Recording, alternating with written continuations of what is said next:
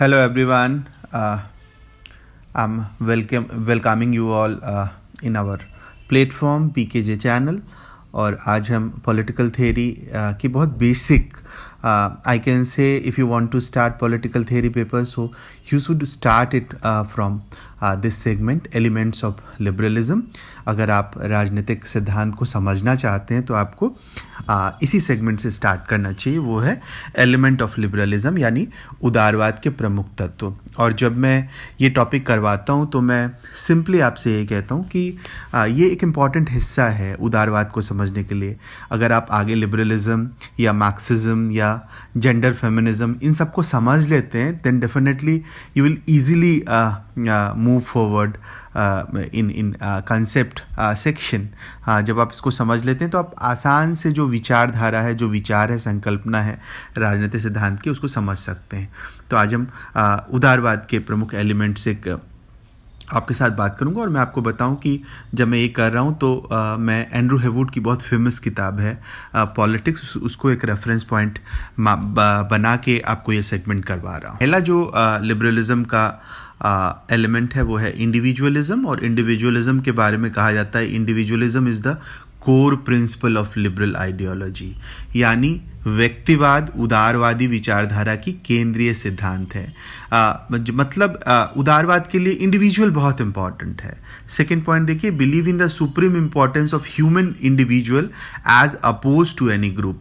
मतलब किसी समूह के जगह ये व्यक्ति को फोकस करता है, मनुष्य को व्यक्ति के रूप में देखता है और वही उसका सेंट्रल कंसर्न है.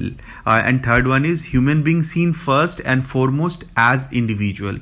पूरे मनुष्य को सर्वप्रथम और महत्वपूर्ण रूप से व्यक्ति के रूप में ही इसमें देखा गया है. Liberalism is morally neutral in the sense that it lays down a set of rules that allow individual to make their own moral decisions. मतलब उदारवाद नैतिक रूप से बहुत तटस्थ है और ये मान के चलता है कि बेसिकली जो व्यक्ति है वो अपने खुद के मोरल डिसीजंस, अपने खुद के नैतिक निर्णय को लेने में सक्षम है. वो इसीलिए वो लिबरलिज्म में, उदारवाद में इंडिविजुअल को इतना इंपॉर्टेंस देता है. लेकिन आपके लिए सेंट्रल पॉइंट याद करने के लिए जरूर से है वो है इंडिविजुअलिज्म जो है कोर प्रिंसिपल है लिबरल आइडियोलॉजी का. ये कई बार सिविल सर्विसेज एग्जाम में भी पूछा गया है कि लिबरलिज्म के अंदर जो है कोर प्रिंसिपल क्या है. तो कोर प्रिंसिपल जो है इंडिविजुअलिज्म है उसका. जो दूसरा इंपॉर्टेंट एलिमेंट है लिबरलिज्म का वो है फ्रीडम और लिबर्टी. मतलब हम पॉलिटिकल थियरी में इन दोनों शब्द को इंटरचेंजेबल एक दूसरे के स्थान पे यूज़ करते हैं. कहीं फ्रीडम लिखते हैं, कहीं लिबर्टी लिखते हैं. इसको कोर वैल्यू कहा गया है लिबरलिज्म का. फ्रीडम और liberty is the core value of liberalism and it is given priority over से इक्वालिटी, जस्टिस और अथॉरिटी. मतलब ये जो है केंद्रीय मूल्य है. आप याद रखिएगा हमेशा, इंडिविजुअलिज्म जो है वो क्या है, कोर प्रिंसिपल है. और ये फ्रीडम और लिबर्टी जो है कोर वैल्यू है लिबरलिज्म का, केंद्रीय मूल्य है. और ये इतना इंपॉर्टेंट है कि इसे समानता, न्याय और सत्ता की तुलना में अधिक वरीयता दी गई. यहाँ इंपॉर्टेंट है कि दो तरह का फ्रीडम होता है, एक निगेटिव फ्रीडम और एक तरह से पॉजिटिव फ्रीडम, है ना. बट ओवरऑल आप देखिए तो liberals advocates freedom under law as they recognize that one's person's liberty may be threat to the liberty of others. So liberty may become license. They therefore endorse the ideal that individuals should enjoy the maximum possible liberty consist with liberty for others. मतलब ये जो स्वतंत्रता की जो अवधारणा है ये मानता है कि स्वतंत्रता जो है वो बंधनों का अभाव है. ये हमेशा से इस रूप में देखा गया है. लेकिन इम्पॉर्टेंट है ये बात यहाँ समझना कि बेसिकली वो कह रहे हैं कि एक की स्वतंत्रता जो है कई बार स्वच्छंदता बन जाती है जब आप मनमाने तरीके से आप उसको यूज़ करते हैं. तो डेफिनेटली आपको ऐसा करना चाहिए कि सबकी स्वतंत्रता के लिए सोचना चाहिए, है ना. तो इसीलिए वो ये मान के चलते हैं कि maximum possible liberty consist with A like liberty of all. जब सबको स्वतंत्रता मिलेगी वही एक सबसे बेस्ट वे होगा कि वो है रीज़न या विवेक और विवेक का सिंपल मतलब होता है कि जब आप अपने दिमाग से को यूज़ करते हैं, अपने रीज़न को यूज़ करते हैं। विवेक का मतलब जो है कारण से नहीं है। तो believe in human reason and critical inquiry, मतलब मानवीय विवेक और आलोचनात्मक अन्वेषण पे फोकस करता है लिबरलिज्म जब वो रीज़न की बात करता है। And this inclines them to place their faith in the ability of individual to make wise judgment, मतलब व्यक्ति खुद अपने बौद्धिक निर्णय ले सकता है। इसको ये बात जो है वो इंगित करता है। It also encourage liberals to believe in progress and capacity of human beings to resolve their differences through debate and argument rather than bloodshed and war. वो मतलब ये उदारवादी इस बात के लिए भी प्रोत्साहित करता है कि मनुष्य में युद्ध और रक्तपात की तुलना में वाद विवाद और तर्क के माध्यम से विवादों को सुलझाने की क्षमता है। मतलब अगर वो इंपॉर्टेंट एलिमेंट के रूप में अगर रीजन को देखता है तो सिंपल है कि as a individual we have capacity to debate, we have capacity to dialogue. Okay, so इस पक्ष को बहुत खास बल देता है लिबरल इस लिहाज से। दैट्स वाई जो ये है मतलब एलिमेंट है जिसको आप कहते हो कि ये फोकस करता है रीजन को, वो इसी साइड को इंडिकेट करता है। जो अगला एलिमेंट है लिबरलिज्म का वो दरअसल इक्वालिटी कहलाता है, समानता। अब ये आप सब पूछेंगे कि ये तो बहुत कॉन्ट्राडिक्टरी है, विरोधाभासी है कि उदारवाद आखिर इक्वालिटी की बात क्यों करेगा। उदारवाद आप कह रहे हो कि इंडिविजुअलिज्म या व्यक्तिवाद की बात करता है जहाँ इंडिविजुअल इंपॉर्टेंट है। जब इंडिविजुअल इंपॉर्टेंट है तो फिर सोसाइटी के लिए वो क्यों सोच रहा है भाई इक्वालिटी में। तो for your conceptual clarity you have to understand always that liberalism implies a belief in foundational equality, means legal equality or political equality, or you can say equality means equality of birth, equal birth। तो मतलब जब हम कहते हैं कि ये थोड़ा विरोधाभासी लगता है कि उदारवाद क्यों आखिर व्यक्तिवाद की जो बात कर रहा है वो समानता की बात क्यों करेगा। तो यहाँ आपको अपने कंसेप्ट को क्लियर करने के लिए ध्यान रखना चाहिए कि उदारवाद बात करता है समानता की, लेकिन वो समानता कैसी समानता है, वो फाउंडेशनल इक्वालिटी, आधारभूत समानता है। और आधारभूत समानता का मतलब है कानूनी समानता, मतलब इक्वालिटी बिफोर लॉ, मतलब कानून के नज़र में सभी एक समान है। और दूसरा पॉलिटिकल इक्वालिटी, मतलब राजनीतिक समानता, प्रत्येक व्यक्ति को, एक पर्सन को एक वोट और एक वोट का एक वैल्यू। ये इस लिहाज से सब लोग समान है।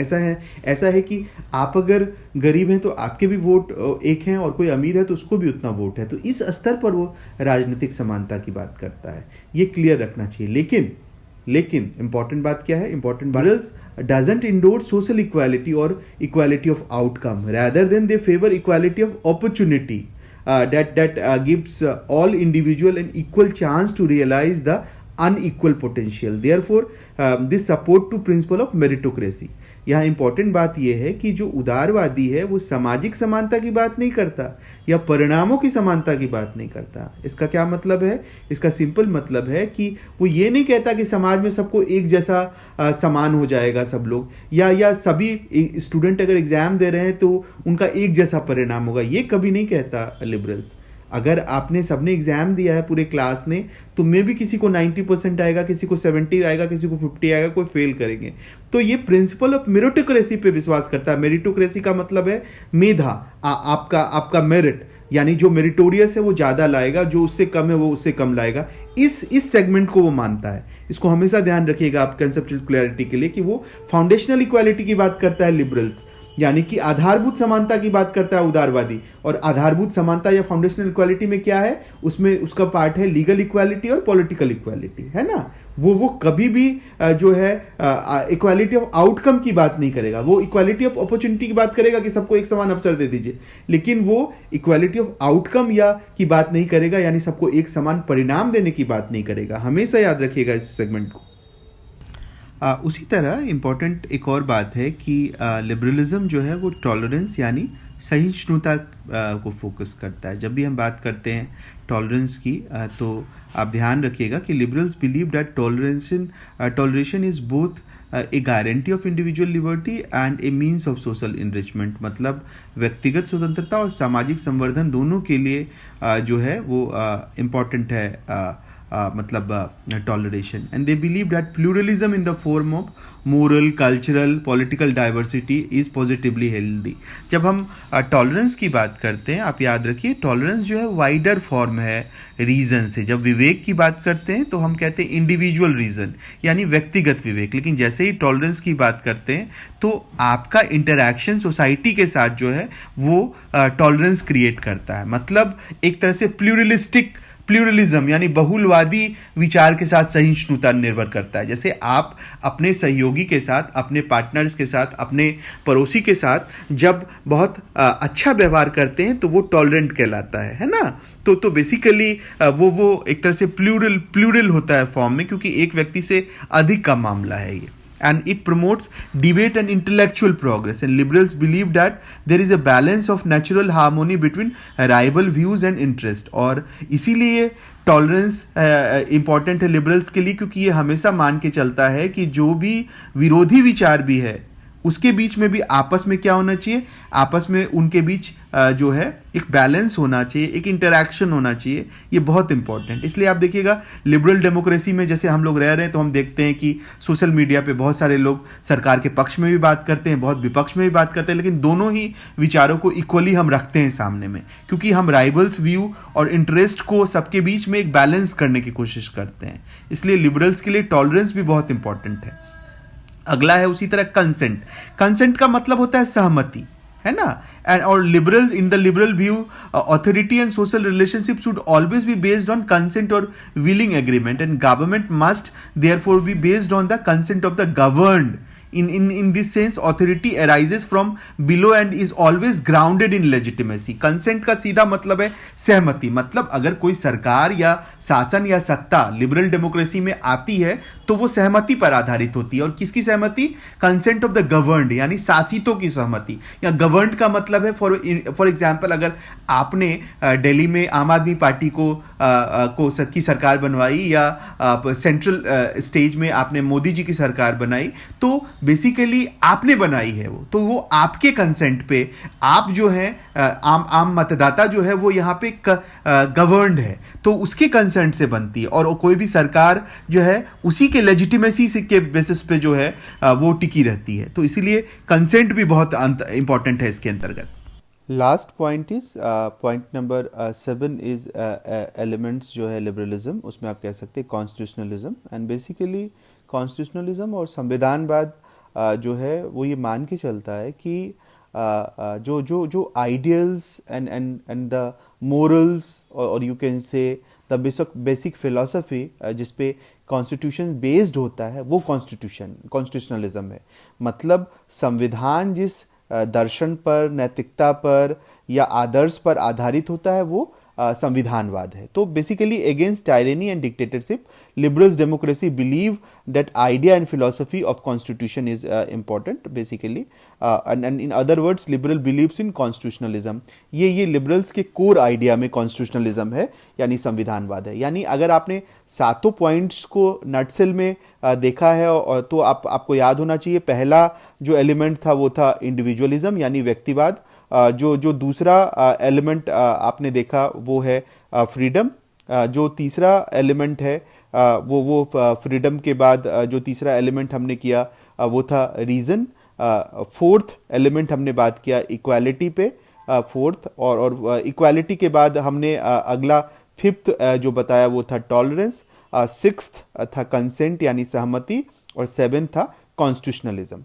यानी ये 7 बहुत इंपॉर्टेंट एलिमेंट है उदारवाद के। मैं आपको बताऊं कि आपको इसी तरह से आगे बढ़ना है, और आप अगर इसको समझ रहे हैं जितना, तो आप ज़रूर से समझिए। पीकेजे क्लासेस को आप लोग सब लोग मैक्सिमम सब्सक्राइब करिए, तभी हम लोग आगे वीडियोस को रेगुलर कर पाएंगे, क्योंकि ऑनलाइन मोड में हम लोग बहुत मेहनत कर रहे हैं। एक एक चीज़ जो पॉलिटिकल थेरीज और बाकी पॉलिटिकल साइंस के पेपर हैं उसको बहुत इजी तरीके से आपको पीपीटीज के मीडियम से आपके सामने रख रहे हैं। तो please be there and we need your supports. हम लोग बहुत जल्द अगले वीडियोज़ भी आपको दे रहे हैं पॉलिटिकल थेरी के। Thank you.